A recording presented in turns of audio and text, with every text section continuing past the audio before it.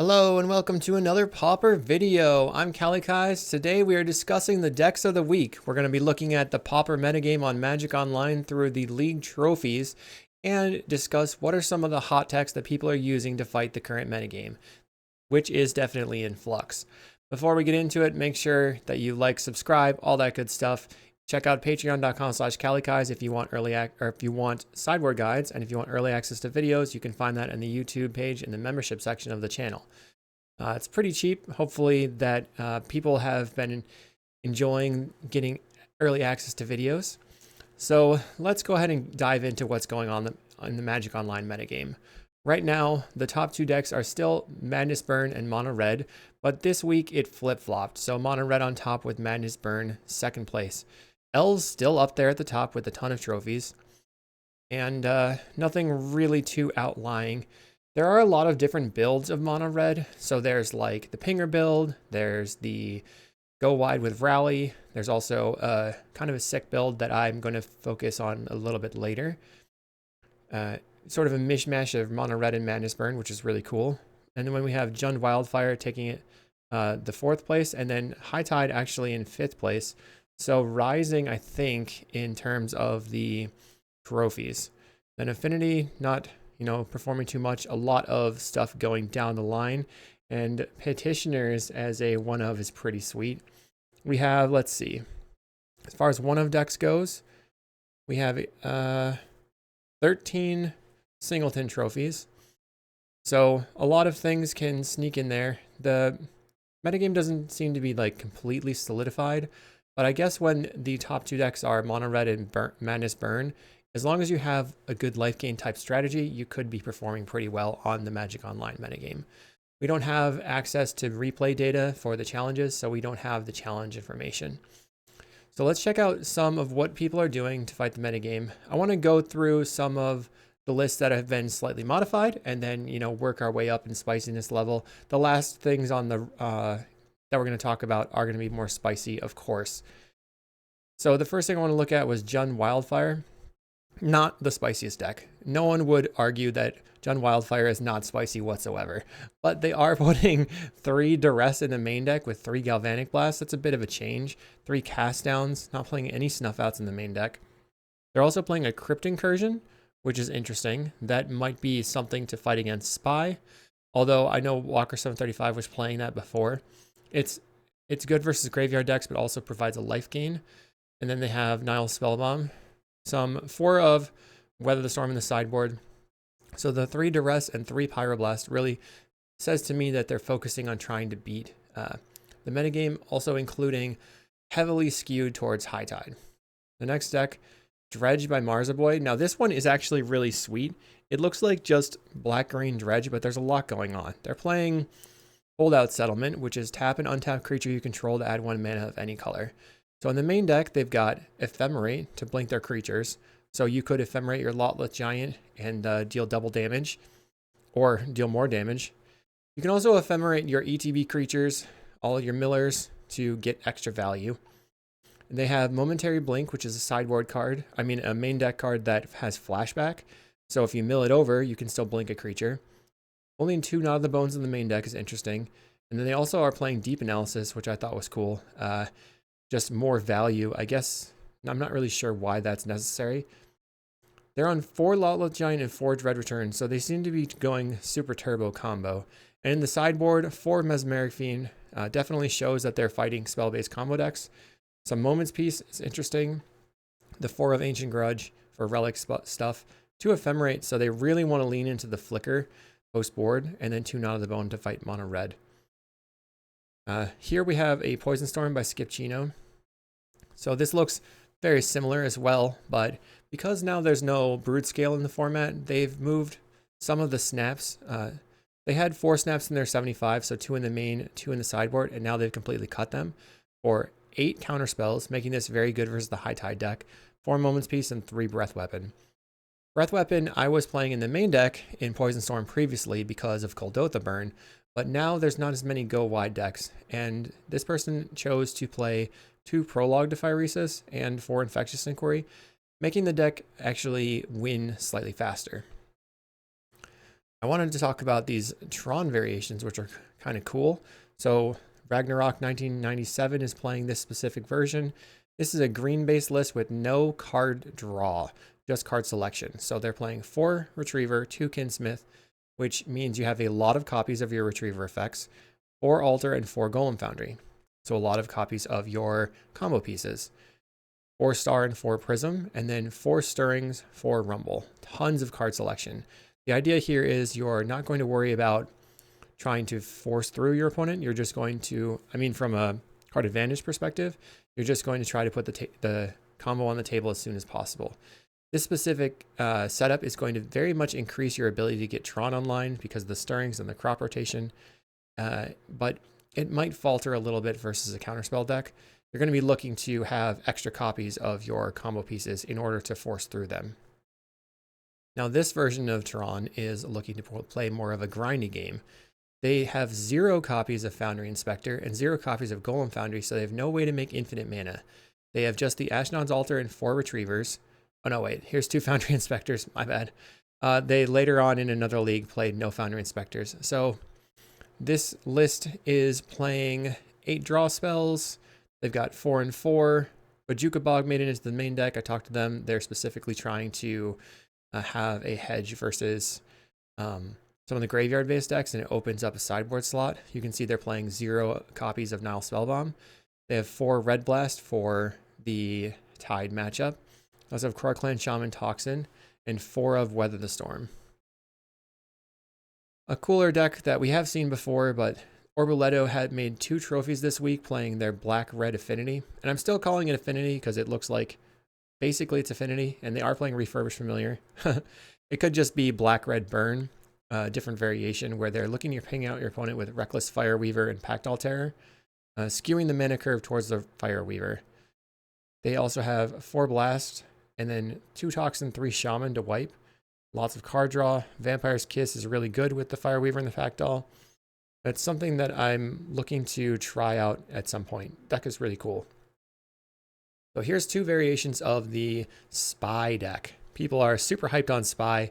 It's just kind of sweet, I guess. It feels very hard to play against because as soon as you know what they're doing, they're basically saying, I'm going to slam this Balustrade Spy on turn 4, and then you're going to lose, or you have to find a way to deal with it. Balustrade Spy mills your library when you have no lands in it, and then you just flashback the Dredge Return on your Lotless Giant to dome them for lethal. This list is playing 4 of Masked Vandal for the Graveyard Hate and Anti-Affinity, and 4 Duress. So a very large amount of disruption, but not too much of a mid-range plan. The changes in the sideboard, playing Island plus Dispel, Gutshot maybe for fairies. They have Jack-o'-lantern as that way to get mana for Flaring Pain post-board. Early Frost is a way to tap some lands against blue decks, and then Natural State for relic type effects. We have the mid-range Spy called Reanimator here, but they're playing 6 lands, and this one is kind of weird because they're playing 4 Arboreal Grazer and 4 Lotus Petal. So they're trying to play a mid-range version that is looking to actually ramp as fast as possible to either start throwing their big creatures on the table or get into the Balustrade Spy combo. And they are not playing any main deck disruption. So no Duress, no Masked Vandal. Those are all on the sideboard with 2 Duress, 4 Pyroblast, and the Masked Vandal and Mesmeric Fiends. So they split Duress and Masked Vandal, or Duress and Mesmeric Fiend, which is interesting. You'd think that they would play 4 Fiend because you can get it with your Rumbles and stuff, but they made that choice. I think this is interesting. I have heard chatter that this would be sort of like a high risk, high reward scenario because the Grazer is not always going to have that land in play, but Grazer can potentially make this deck slightly better against something like fairies. So that's interesting. Here's a really interesting Boros Aggro by Melver. This really looks to me like your classic white weenie deck. They've got Lunarch Veteran, the Inspectors, but they have the Sacred Cat and Outlaw Medic, the Fiend's Informant. So I'm calling it Boros Bully. They only have 1 of Rally the Peasants and only a couple lightning bolts, but they have 7 removal spells with lightning bolt and Thraben Charm, and they can loot with Faithless Looting and the Rafine's Informant. And they have 1 of Springleaf Drum. It sort of looks to me like they took the version of the deck that was playing Naya, so Naya Bully Gates, and just took the Writhing Chrysalis out, which is kind of funny. They have 3 Red Blast in the sideboard for Tide and Blue decks. Still looking to beat up on the Affinity decks with Dust to Dust. Interesting to see Sulphurous Blast here. It deals 2 damage to each creature in each player, or if you cast it during a main phase, it deals 3 damage to each creature in each player. I'm wondering if they are bringing that in against the Pinger Burn. I had specifically noted that Sulphurous Blast, that essentially the Breath Weapon spell was not very good versus the Pinger Burn, given that they all have 3 butts, and Sulphurous Blast can deal with those. Okay, we're getting to the middle of my list. It's a big list, but this is a High Tide version, which if you're not familiar with High Tide, it's going to make your lands tap for more mana, and then you're going to keep drawing spells with your arcane spells and untap your lands with the Psychic Puppetry. You're probably familiar with it by now, but they're playing 12 cantrips, so 4 Brainstorm, 4 Ponder, 4 Preordain, and then also 4 Reach Through Mists. It's very interesting because they're looking to make their deck as consistent as possible in the main, with not really any card advantage, just turbo comboing, making sure that you're always going to go off on turn 4. And their sideboard has the interaction. So for Dispel, for stack matchups, Envelop for Ponza, Giga Drowse for blue decks, Hydroblast for red decks, and Snap for creature-based decks. So I can definitely understand where they went from here. They're also playing the 2 Stream of Thought loop, so good to see that they've chosen all good cards. Now, I have 2 Turbo Fog decks to look at that are making some changes to adapt to the metagame.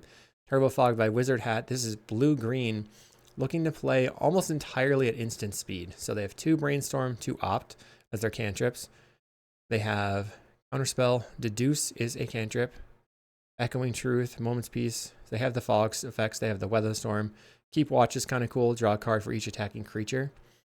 They have Pieces of the Puzzle and Behold the Multiverse, also instant speed card draw. Then the Campfire. Sideboard has some Murmuring Mystics to bring in to kind of like add a clock if they need that, which is cool. Now this Black-Green Fog by Edgo, they are playing pretty much the standard Black-Green Fog deck. Now it's playing Heaped Harvest, which is interesting. They're getting a little bit of ramp. And the sideboard is where the interesting things happen. They've got 3 Red Blast and 2 Last Rites to bring in against High Tide, where they can cut their Moments Pieces or Tangles or whatever. Also bring in the Relics. But Last Rites is a huge beating against High Tide because they don't really have a way of dealing with it. We also saw decks like Dimir Fae or Dimir Control from Barf playing Mind Extraction, where you sacrifice a blue creature and then your High Tide opponent will discard their entire hand, and that is basically going to end the game. Now let's take a look at this Elves deck. So we have a mono-green Elves deck with 13 forests. Their main deck just looking to do the thing, and the sideboard has a rainbow sideboard. 1 of Blue Blast, some Hollow, which is great against Breath Weapon, Vines of Vastwood, 1 Masked Vandal, so that's the 4th Masked Vandal, I guess, 4 Mez Fiend, really good in a creature deck against these spell-based decks, and then 1 of Spellstutter Sprite, which is not something I would expect, but they have it, and that actually, you can potentially counter something for 2 if you have a Masked Vandal in play, which is great. 1 of Armadillo Cloak, I don't understand. Nylea's Disciple to gain some life, that makes sense, and then a Fang Dragon, which can be a sweeper against like a mono red deck, I guess, or a tokens deck. Let's take a look at this really wild Ephemeratron by All Eyes on Me. So they are playing a lot of 1-ofs, more 1-ofs than I would have expected, even in things that are normally 4-ofs. So instead of playing 3 Mnemonic Walls, they're on 2, and they're playing a Singleton Murmuring Mystic to end the game. Dawnmare Cleric as a flicker target that can disrupt your opponent's graveyard or gain life or deal with enchantments. And their way of getting Tron online is 3 crop rotations and a Singleton Expedition map. They're also playing only 3 Impulse, which I thought was like pretty interesting. And they have a Singleton Forbidden Alchemy. Now, the Tron deck is a deck that plays a lot of one-ofs because of mystical teachings. So this kind of makes sense. Maybe they were going lower on the impulse effects because they have the 3 Lorien reveals, and they're on 4 Prism and 2 Refractor. Lots of red blast in the sideboard with 4 total, 5 total blue blast effects. They have a Rolling Thunder to close the game earlier. Also, worth noting, they have only 2 Peace and 1 Stonehorn for Fog Locks in the main. Fog not looking too good into the current metagame. I mean, we look over at the 5-0s. Fog not good here, not good here, good here, not really good here, not good here. So I can see why you would go down on that. Go back and find the list. There we go. Scattershot's a beating against fairies, some other decks. Pretty cool. Now, here's a Grixis Affinity that is going a little bit outside the box. The main deck is just blue-black. 4 Refurbished, 4 Mirror Enforcer, and 3 Gear Seeker Servant. Now, they're able to do this because they have 4 Metallic Rebukes and 2 Spell Pierce. So it looks to be more of like a counter splash removal deck. And let's see, 10 draw 2s, 3 Nile Spellbombs in the main deck, 3 Blood Fountain. The sideboard is where you start seeing the red spells with 3 Red Blast and 4 Duress, 2 Negates, 3 Fiery Cannonade. So if they wanted to bring in cards versus High Tide, they'd have 7, 8, 9. And they have, let's see, 3. Maybe just go pretty all in on Refurbished and Mirror Enforcer in that matchup. They're able to play the red spells because they have Seed of this, let's see, Silver Bluff Bridge and Dross Forge Bridge to slash red. Interesting that they chose Fiery Cannonade here. I think maybe that is specifically for the purposes of cost. So if we look at MTGO prices, Fiery Cannonade is 9 tickets. And then if I go over here to this other Grixis Affinity, maybe there will be a Breath Weapon in here. 11 tickets per. Okay, so yeah, that's probably going to be for price reasons. But you do have to watch out against the mono red deck because of Tomb Raider. And there's other pirates that are in the deck. Speaking of mono red, here's mono red by Gui Gabo. And Gui Gabo has been playing Goblins nonstop forever. So they're still on their nonsense. This is a straight up mono red Goblins deck where the only non-goblins are the Burning Tree Emissary, it looks like. That way they can play 4 of Goblin Grenade and 2 Fire Blast. So they're looking to just dump stuff on the table, bushwhack you, and then finish the game quickly. Only 2 raises is interesting. What is Flash of Defiance? Players can't block with green or white creatures this turn. Pretty good into Elves and Walls, that's for sure. Smash the Smithereens here and Cast into the Fire. So they're really anti-artifacts with 4 and 2. They have 2 Tormod's Crypts.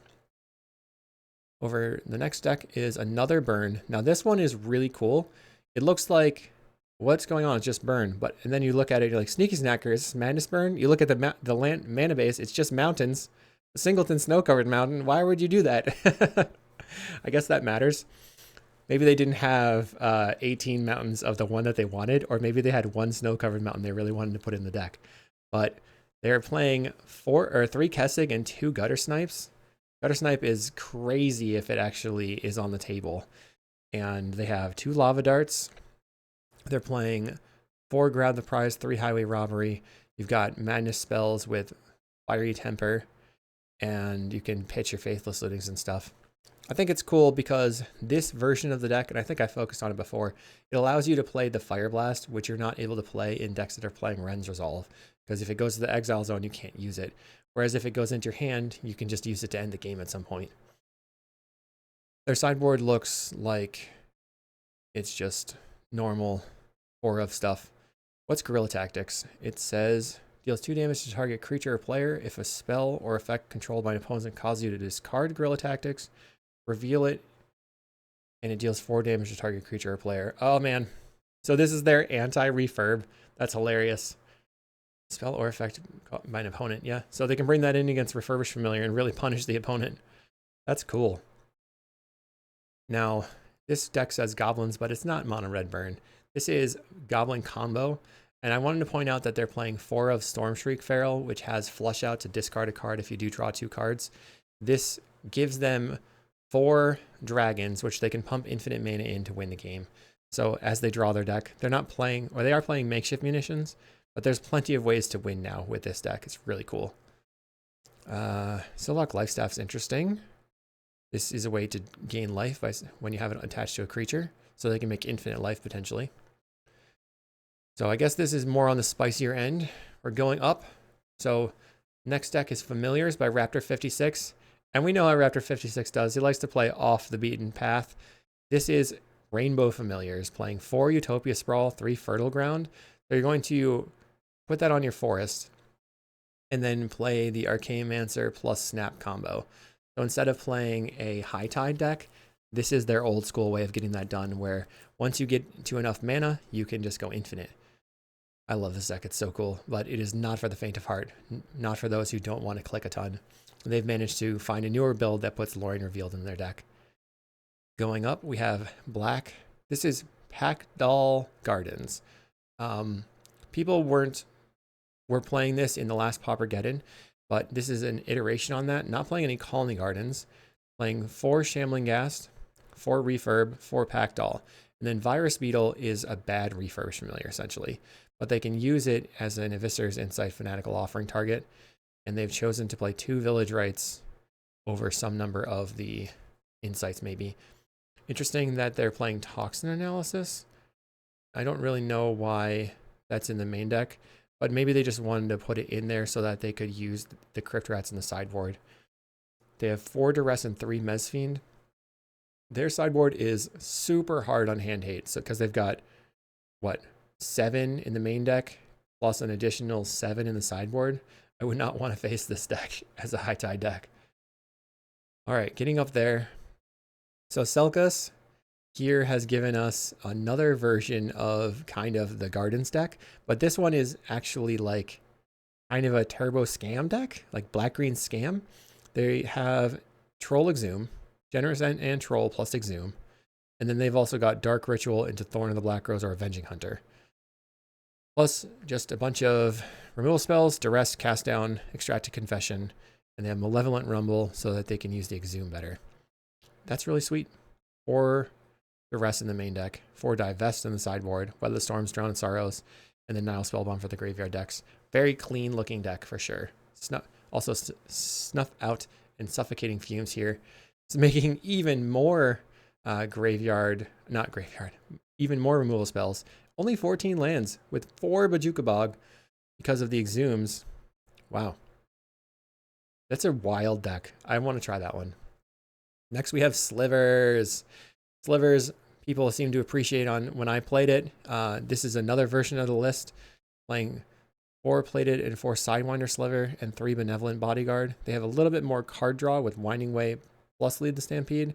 And then they're playing Winged Sliver to give all slivers flying, which makes them not die to Krark-Clan Shaman. That did beat me up badly when I played the league. 3 Fairy Macabre for decks like Goblin Combo, Spy, or even High Tide. I didn't want to talk about it, but I think Fairy Macabre as a 4-of could really hose the High Tide players. Maybe not. And then spiciest list. We've seen this one before, but I wanted to give credit to that Mill guy, another content creator. He actually has a video of this specific league playing Persistent Petitioners. I'll link that underneath the deck description, or in the description underneath the deck list. The changes to the list: 4 Winding Way, and then 4 Gnaw the Bone, 2 Deep Analysis, and then Spellstutter Sprite in the sideboard, and Dispel. So 7 counter spells for the High Tide deck. Pretty interesting. I mean, we haven't been seeing a ton of really spicy new decks coming out. We are looking to have probably another set in the next month or 2. I don't know when the next set is coming out, to be honest, but right now I think people are starting to settle into their spots in the metagame and find the things to beat. And those things would be the burn decks, Jund Wildfire, and High Tide. If you have plans for those, you're probably going to do well. And since most decks can deal with burn, you're looking at having the option of playing almost anything you want. So it's a pretty exciting time for Pauper. I hope you enjoyed the video, and we'll see you next time.